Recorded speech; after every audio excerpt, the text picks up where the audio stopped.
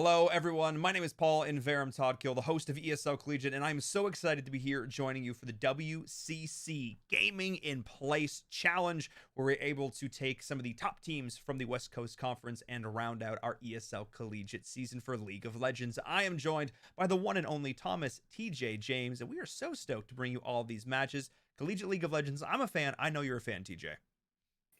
Yeah, I did the ESL Collegiate earlier in the season, and because of that, I reached out to a whole bunch of coaches, got in the Discords, and I was kind of watching everyone get steadily more depressed as it became clear that the rest of the Collegiate season wouldn't happen. So I'm happy that there is something, at least, in this Gaming in Place challenge. There is something that the teams can still play in.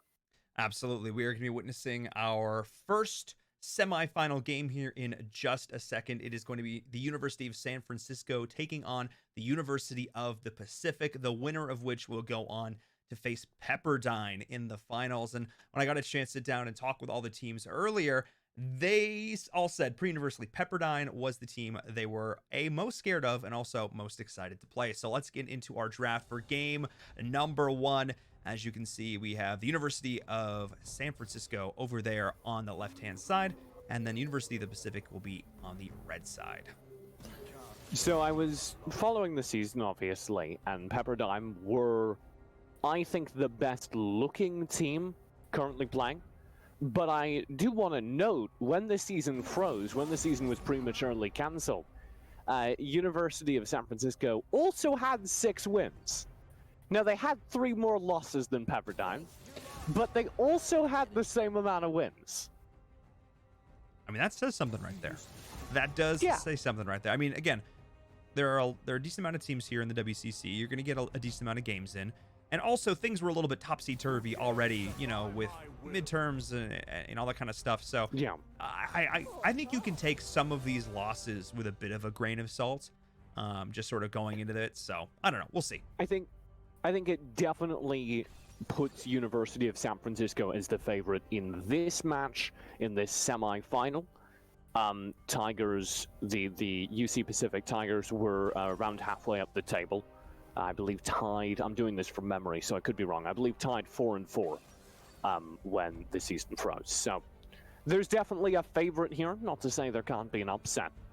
But my hopes and my favoritism, of course, are with the University of San Francisco, living there. Yes, of course you do live in the Bay Area. So a little bit, I will accept a little bit of bias. I'm Canadian. I have no bias for any of these teams. It is fun. It is fun, though. The perfect arbiter, completely neutral. Yes. They're living on the West Coast now. It is really cool to cast some of these West Coast teams. So let's take a look at how this draft is rounding out now. And obviously, with the LCS, LEC, LCK, with all these sort of on break right now, looking at where the meta is shifting, you really have to look towards the amateur scene here in North America, follow along with whatever access to pro games you can get. So I'm curious, how do you think this stacks up against the quote-unquote pro meta? This is a very, I'm going to say Asian draft, because both the LPL and Korean games that have gone on towards the end of the season that lasted a little bit longer, stuck a little bit more to this meta. We also saw some of this Trundle, for instance, in EU Masters. Yep. The only thing that's standing out to me as off meta right now are the Mordekaiser and Malphite picks, but everything else is actually remarkably standard for Collegiate League of Legends. Yeah, no, this is, Nautilus, of course, Caitlyn coming in, Set, who's been a mainstay in the top lane. Though you can play in multiple places. I also think it's interesting to note that there's the respect, little things like the Yuumi is getting off the bat. That I think is just like that to me is like players with they've had ladder shock. They've dealt with it online. Like, I don't want to do it anymore. Yuumi is really upsetting when you have to play into a composition that benefits her. So she's like a little bit more upsetting even in competitive play than she is in ladder, because coordinated teams drafting Yuumi comps is hell.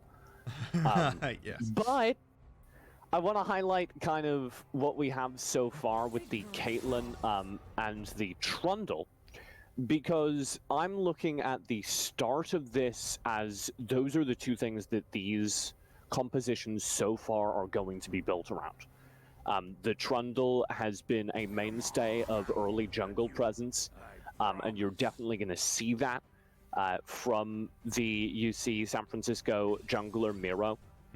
He normally plays very, very early presence junglers, be it Lee Sin, be it Elise. So this is right on brand for him. Yeah, and I mean, Lee Sin being one of these, just like, I mean, most pick, most pan, always up there in terms of the LCS.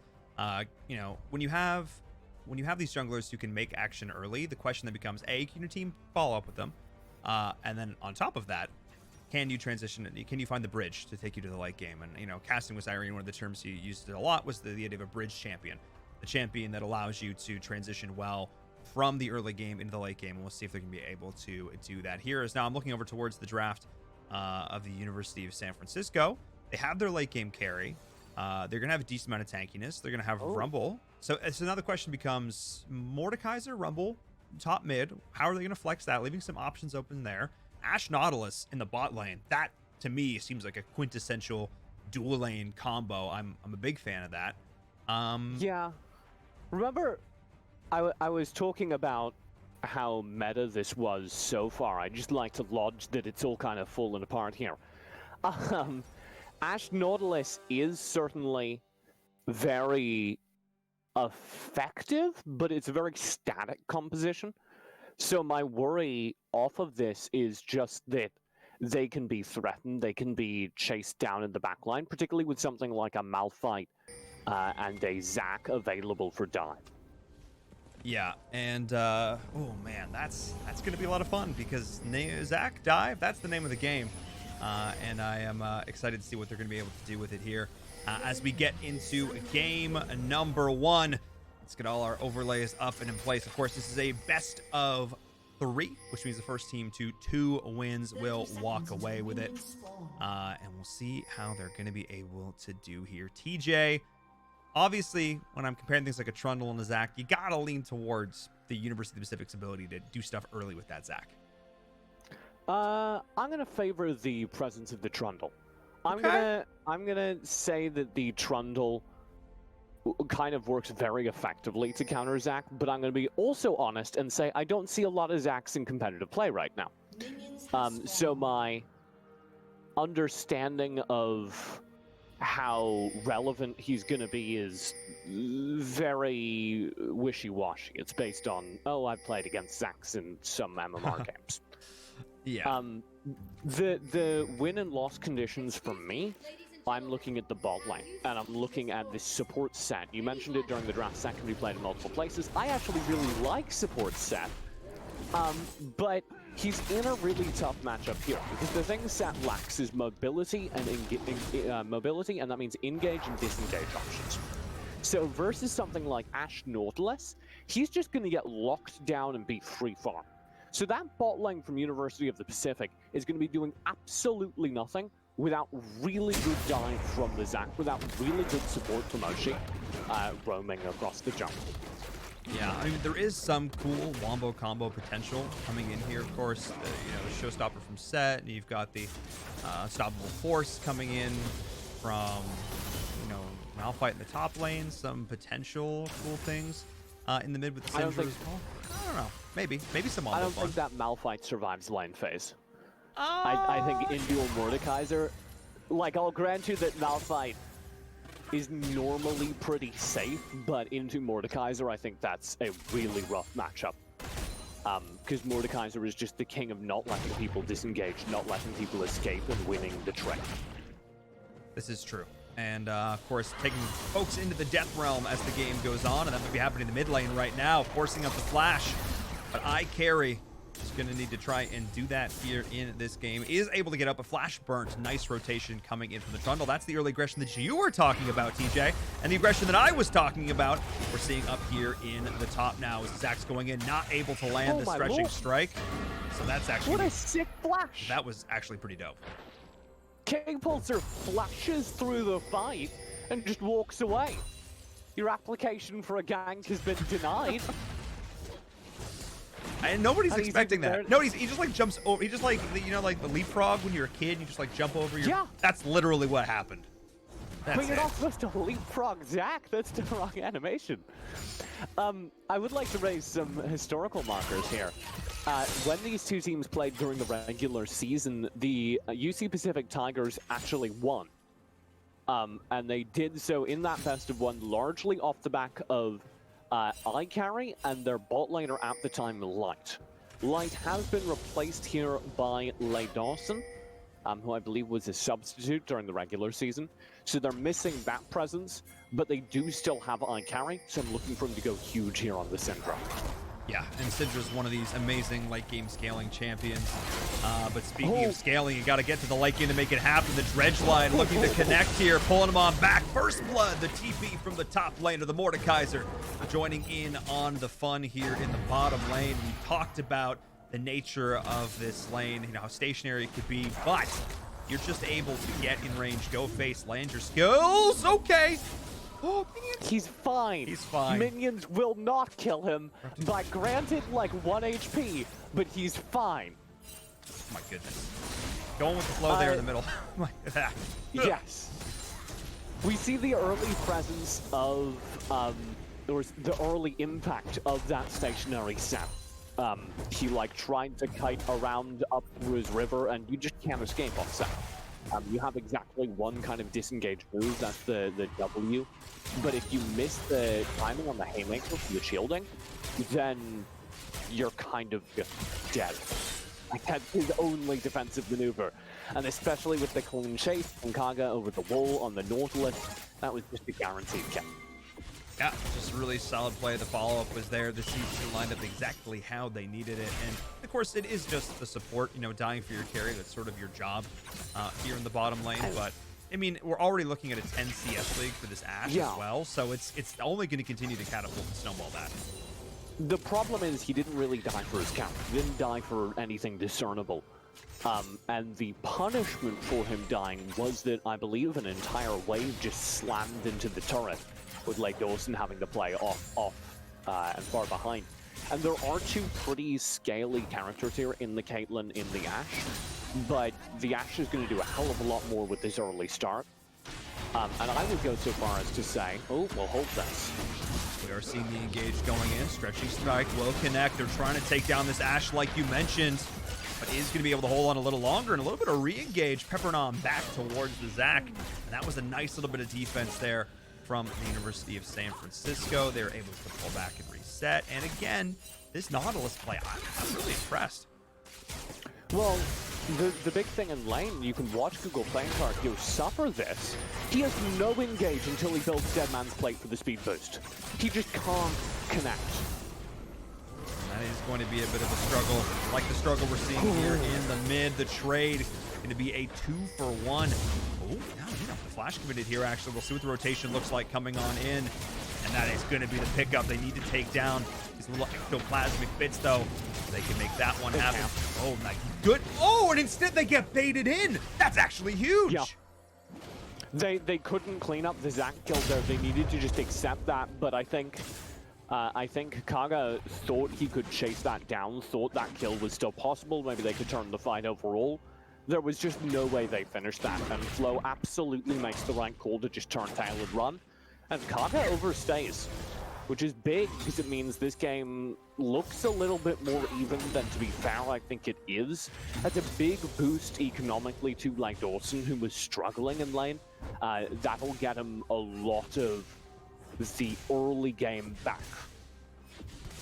I think that kind of thing here is not only from a morale standpoint it's important, but also, no, look, we're not out of this. Our condition in the early game here, playing around the Zac, playing around that initiation, it's still viable. They are still a team, though, that we can contest with, contend with, and I'm a big fan of also how even this top lane is going around in terms of CS. You talked about the idea, obviously he's going to be able to get bullied out of lane here, and the damage that the Mordekaiser is going to be able to do. We're going to see turret plates chipped away. Huge. But at the same time, only a few CS difference overall. It is going to continue to compound as the Malphite has to rotate back in, but it's not an absolute stomp in top, which is about what you want to have happen, I think. I think K-Pulsar already on a kill, already crashing waves freely into the turret, is enough. I'll agree with you, the Malphite is not literally out of lane yet. The first turret hasn't been taken, and that exceeds my expectations. But I think this is a very easy lane for a Mordekaiser, and I think so far K-Pulsar is to 4. Yeah, I agree. But still, looking at the economic advantage overall, not really huge for either side here. The University of San Francisco is up somewhat, but it's marginal at this point. I think, once these drakes start coming into play, how teams look to rotate around that, how they're going to look to play around the Rift Herald, get these early turret plays, that's always my big question mark here. When I look at these teams, especially in the collegiate scene, is how they play around these map objectives. And of course, that's exactly what we're starting to see here now from the University of San Francisco. Yeah, with play cards still on that set, there is no bot lane pressure, like none at all. Late Austin would already have to play relatively defensively on the Caitlyn, but especially with absolutely no engage, you don't need to do anything. You can just leave jungle difference to free farm the Drake, and that's absolutely what he does on this Trundle, and he's going to keep cleaning up the jungle CS. Look at the differential in the jungle, him over Oshachi, and that was a huge part of why the game in the earlier season where UC Pacific came out on top went the way it did. Actually, this same jungle Zac from Oshachi was huge, and it's not doing too well in this matchup. I mean, if you look over towards University of San Francisco, literally is the biggest jungle difference, right? I mean, right there in the name, TJ. So that's what... He was a sub. He was a sub during the regular season. I was looking at their roster. Oh, that's good. Oh, that's good. Oh my goodness, the Ash Arrow to start things off. The follow-up is there, trying to bring him back underneath the turret, and that is going to be the counter kill going on into the Rumble. The flash committed now for the jungler. The Trundle not in out of this yet, but he might be out in just a second with the rotation coming in from iCarry, but the gank is still continuing. Beautiful play from the Nautilus going on in, but the stun long range. iCarry is able to pick up the kill. I see you, Nautilus. I see you, Kags. That would have been sick going in, dredge lining out, tanking the turret shots, but it just was not meant to be. And the scoreline is 4-4. TJ, great series of play under the turret. They wanted to protect their jungle difference. And they could not, which means two things. One, literally jungle difference dies. And two, more figuratively, their jungle difference dies. They do get the initial kill bullying the bot lane. I think it's good they're continuing to invest in that. Because getting that Ash out ahead is, I think, a major win condition for this team. As we drift into 5v5s, University of San Francisco want to protect their Ashe and Rumble and just build a tank front line from their Trundle, from their Mordekaiser, from their Nautilus, take a full 5-5 fight where their backline carries can just lay in the damage. They have a really good composition for that. So obviously the most important part of that is that the Ashe can do enough damage to win that fight. Yeah, I mean, this really, to use terminology from other MOBAs, is really a 1 through 5. You really, it's a front to back, how you want to play this. You've got your tanks in your front, you've got your carries in the back, the DPS has got to stay alive and do their thing. One of the players who's going to be trying to shut this one down, of course, is the jungler from Shahi. I'm going to say that right name at some point. As we're seeing the gank gone wrong up here in the top, or actually maybe going a little bit right. The Equalizer can't quite pick up the kill, so somehow the University of the Pacific is able to walk away. I wouldn't say scot-free per se. They're a little bit battered and bruised, but at least they got the kill. Yeah. It was like a discount rate, but they paid for it, and they got a discount gank. And it is important to shut down K Pulsar. It puts some money in gift card's bank account, or gift card account. Spirit Tracks in the bot lane is about to be picked off though as well. Uh-oh, going right in on it. The set's bringing it back, but that is probably still going to be the kill. Ooh, actually, maybe not. The trap wasn't lined up. That's it. That's all the damage. No! I never count the set out. Never count that set out. And that is Google Play Card saying, cash this, please. Let's pick ourselves up a kill. I'm not sure what you can get with a Google Play Card. You can get things on the Google store. They also have an iTunes gift card. They're diversifying. That's good. Yeah. That's good. They can keep get music on their Android device with the iTunes gift card. Just to really mix it up. Yep, keep it going. That's a big pick. As I said, a huge part of the UC San Francisco, or the University of San Francisco composition is having that backline damage. A lot more of that now begins to rest on Flo, who is a star player for this roster.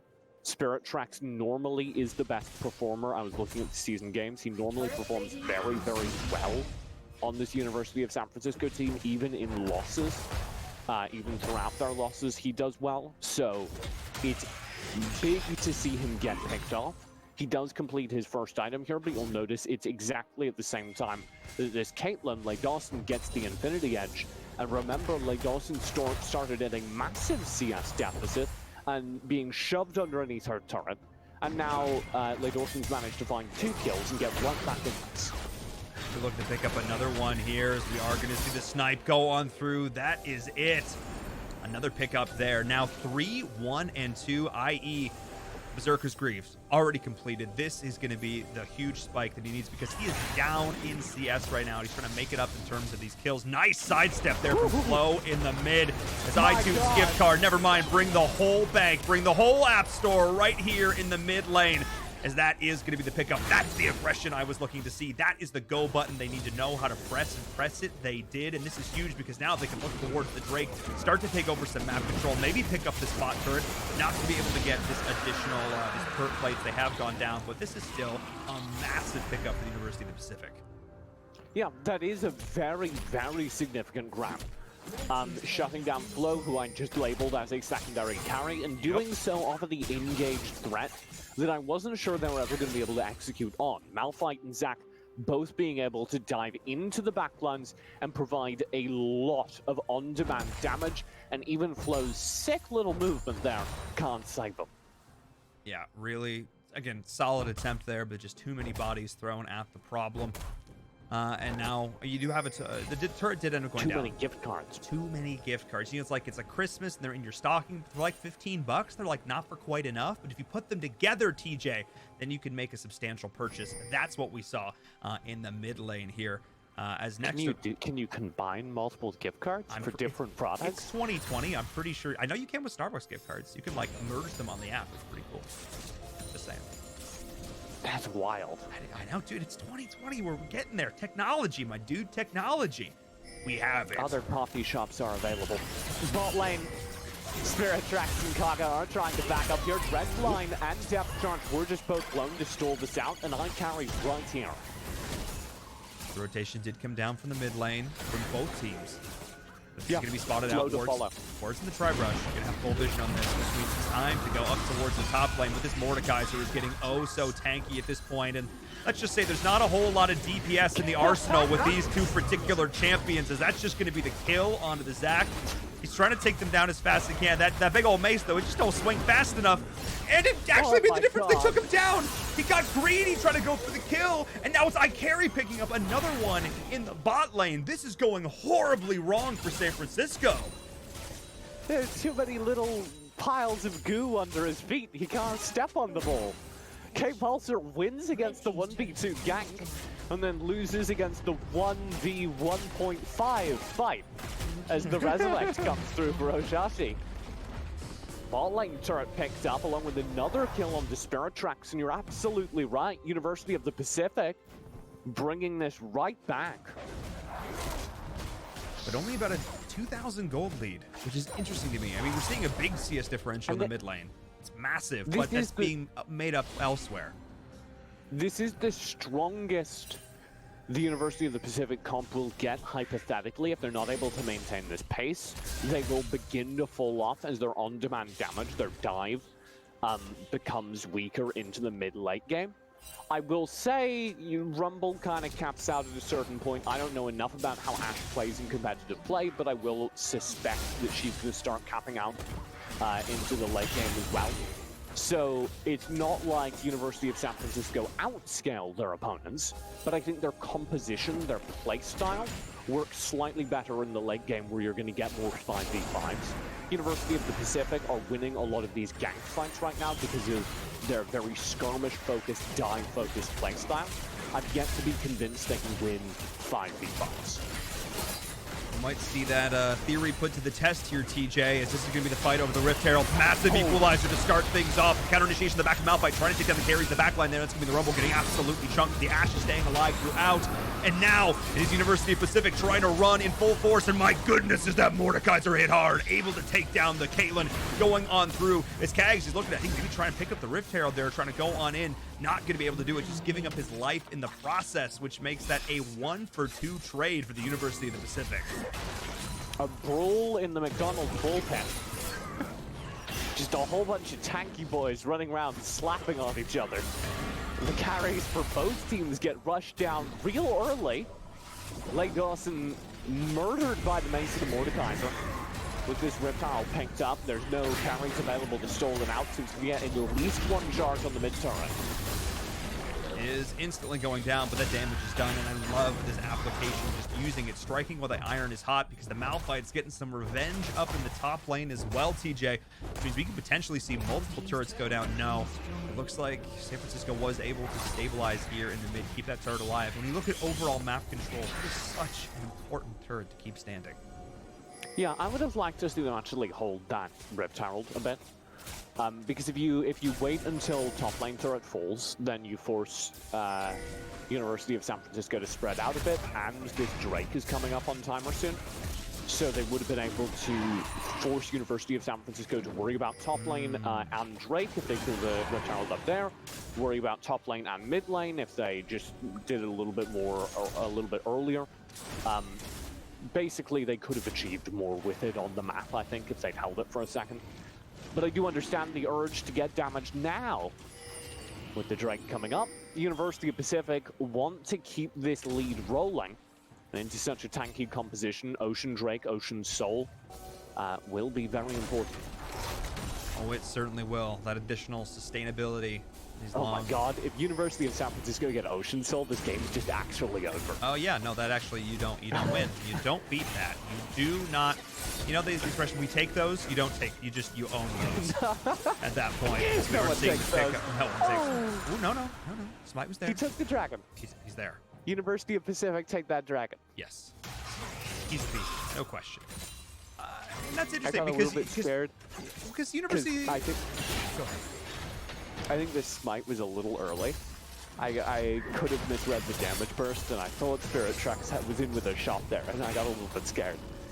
But it got cleaned up, so we're fine. And here's the thing, if you're University of San Francisco, and you group as 5, and you're playing around this Rift, then you just don't commit to it. I mean, there's other things maybe you could be doing on the Rift at that point. You can just know you're not going to take that fight. And I understand the idea if you want to look for an opening and maybe try and make something happen there, but they committed a lot of resources to, in the end, just do nothing. Yeah, I think it's the right call not to fight for it.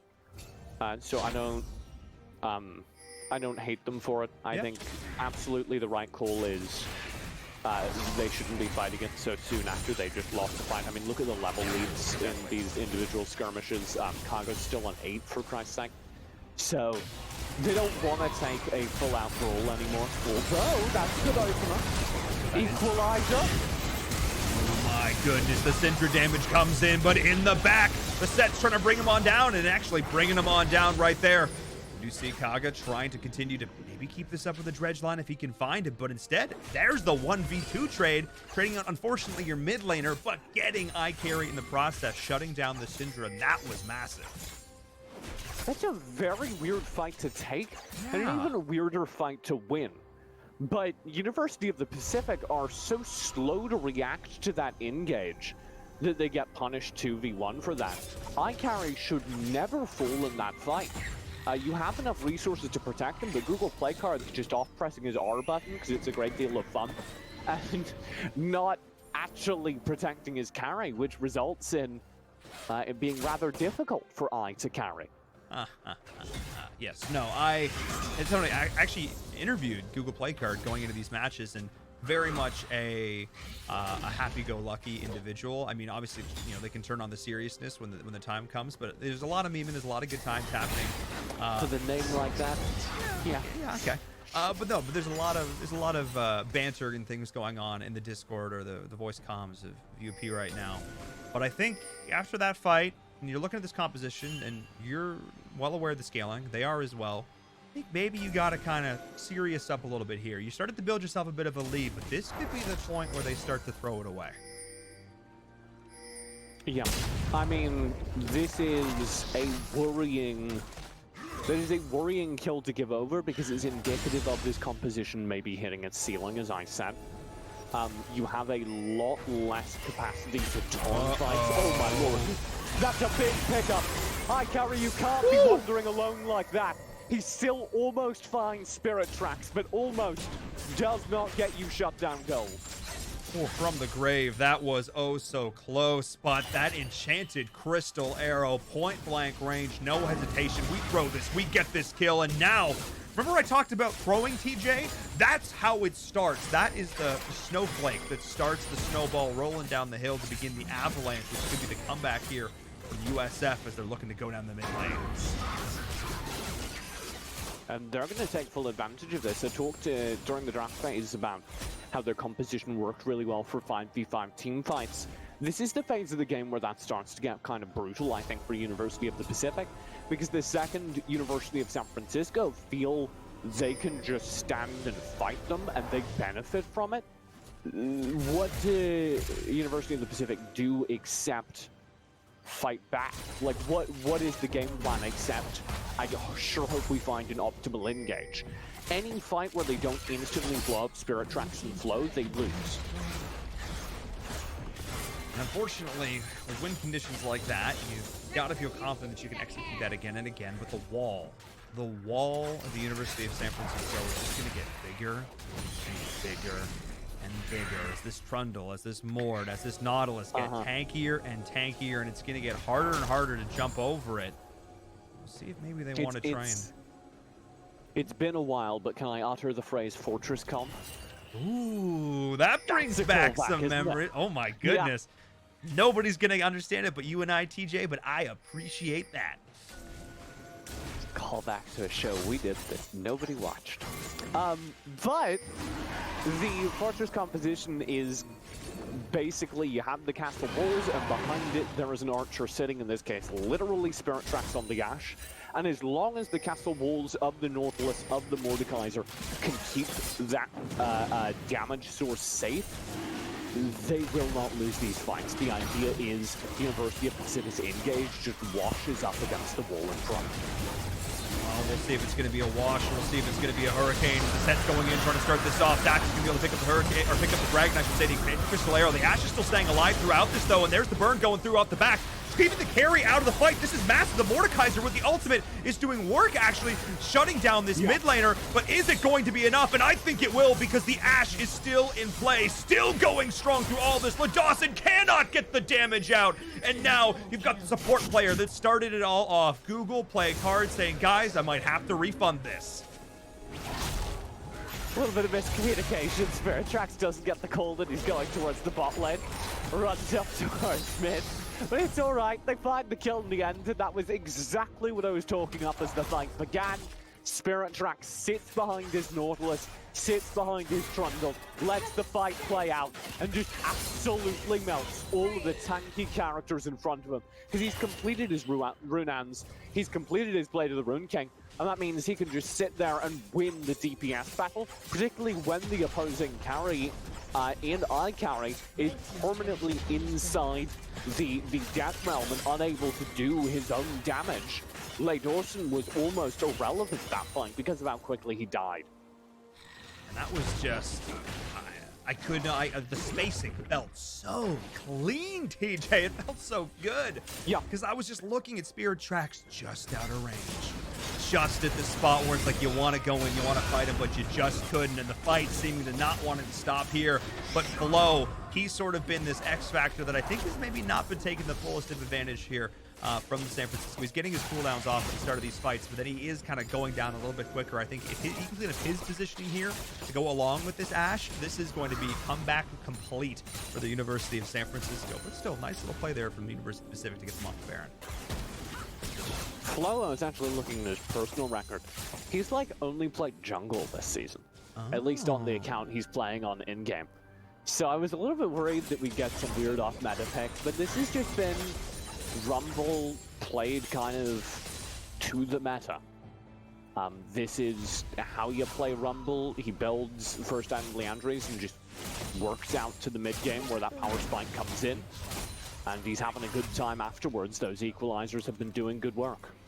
Yeah, I mean, these just by the nature of these team fights, you got a lot of beefy boys all stacking up, trying to get in on the action, which is where That ultimate does excel standing in. Don't stand in the fire. Super high level tactics, yeah. I mean, that's really what it feels like. At this point, they just need to clean up. Again, University of the Pacific is not out of this yet. I don't think. I think if they play these fights a little bit better, don't necessarily take them quite so front to back. Try and find an angle with the Zac. Go in, disrupt the carries. Go in with 90 degrees. I think they have a chance. They have more burst damage. Oh, by far. The problem is they don't get access to the people they want to apply that on. And in sustained fights, like Dawson is just getting nuked. He did build QSS, so I was hopeful that would keep him alive, but he was just too far forward. He was just too close to the action in that last engagement, and he just got destroyed. So I want to see Caitlyn, you know, be taking advantage of the fact that they're playing Caitlyn, and Lake Dawson able to kite at the back of the fight in a very similar manner to Spirit Tracks. Do on-target big burst that takes Spirit Tracks not necessarily out of the fight by killing him, but at the very least forces him to not free farm on your tanks. Because that's really what it did feel like there, if I'm not going to lie. When you get the Hurricane up, it's just like, as everybody moves on, it's going to hit all of you, and it's going to be great. It's going to be exceptional. I'm taking your blue buff with me. It's mine, it's my blue buff, and I need it now. Crap, get walked off with it. Yeah. Shashi. Still doing pretty well in this game, but he's begun to be outshone by biggest jungle difference. Jungle difference making his transition to a tank in the mid-late game. Just finished Gargoyle. Stoneblade, very similar to how a lot of people used to play Jarvan, is how Trundle is getting played right now, and I like it. Yeah, no, I agree. And there's definitely some potential similarities there in the play. But J4 does want to maybe even go in even a little bit further. UOP with the transition, able to make sure that that Baron was not going to go down uncontested. But the Baron, I feel like, is a secondary factor because you talked about the Drake in this game. And you talked about the idea that if the University of San Francisco gets it, it's basically an instant win condition. And now, on Soul Point, for the University of the Pacific, they are very smartly prioritizing this. It will be scouted. However, they talked about the burst damage. They could just take this down right here, right now, TJ. Oh, they're going to try. This would be huge for them, but they don't feel comfortable. They see this rotate coming in, and they get a little bit scared. This stalls up the Drake. And that's just it. University of San Francisco just not rotating in time. This is massive, and now Soul going over the way of the University of the Pacific, but they've got to be able to do something with it. The Syndra goes gold, trying to stay alive a little bit longer. The Dredge line is there, but in the backline we do have that Mordecai is doing so much work, and eye carry is just eye obliterated. My goodness, the Spirit Tracks is going off as well. The Soul doesn't matter if the fight is over in an instant, and with that, 4 kills. 3 kills, I should say, going over. I'll make it 4. There it is. 4 kills going over the way of the University of San Francisco. I thought I'd kill one more. And that was just ahead of your guy. That was just domination. I don't understand. University of San Francisco were late, but they set up well for the fight the University of the Pacific gave them. UC Pacific run at them disorganized. Like some of their key carries were out front. My carry was kind of leading the charge there. It was a very strange engage. I think they didn't realize how many UCSF players there were in the bush, and they just ended up walking into a very disorganized and disastrously positioned fight because they didn't know when to, declare victory. Grabbing the Ocean Drake is huge. And they've kind of got a timer running against them with the composition they have, but the Ocean Drake gives them more runway. The Ocean Drake is a win, and if they hadn't just left on getting the Ocean Drake, they would have been able to use that Ocean Drake to contest Baron, to contest these waves, to have better odds in the future team fights. But instead, they just run it into a straight-out disorganized team fight, and there's no excuse for that. Yeah, they appreciated just how fast the University of San Francisco had rotated into the mid. They were really just there, and all of a sudden you have a Nautilus at point-blank range, and your Syndra's like, this isn't where I want to be. And yeah, sure, you can Zonias. Huge that fight as well. Yeah, I mean, sure, you can Zonias, but you're still gonna be there. And the Mord was just like having a field day. This Mordekaiser has become such a threat. I mean, he's building damage as well. He's just absolutely gonna Shrek you too. Every single time that hammer comes down, you're gonna feel it. in love with the Rabadon's death cap on Rumble. Because you see those equalizers just land and absolutely burn people. And I saw that big burst of damage on the equalizer, and I was like, oh, he finished Rabadon's, didn't he? And then the scoreboard came back up, and I was like, whoa, he finished Rabadon's. They just feel very good.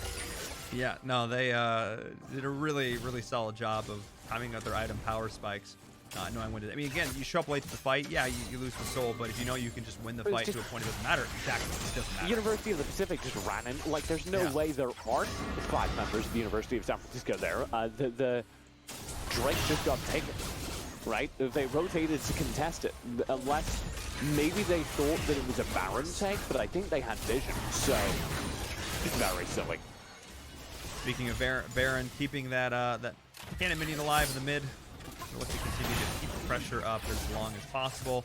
Kind of surprised they're stacking quite so hard here as 5. Normally see either a 1-3-1 or a 4-1 in this situation, letting your Mord go split push. We maybe kind of want to see that up towards the top lane here as well, because I mean, maybe they're just kind of afraid of the potential engage from the Zac, from the Malphite. If you actually see them, oh my goodness, the initiation, it's not coming from the University of the Pacific, it is San Francisco saying, let's go, let's get in here, throwing ultimates out left, right, and center. Now the kills are continuing to go on, pushing another 18 hit card up top, bringing them back down. Spirit Traps is absolutely unstoppable, as that just might be the game. TJ in an instant offered Enchanted Crystal Arrow and an equalizer. Nothing was equal about that fight. It was domination from start to finish, and with that is going to be the push for the jugular for the win here for the University of San Francisco, who are going to be able to pull off the victory in Game 1 of the WCC Gaming in Place Challenge.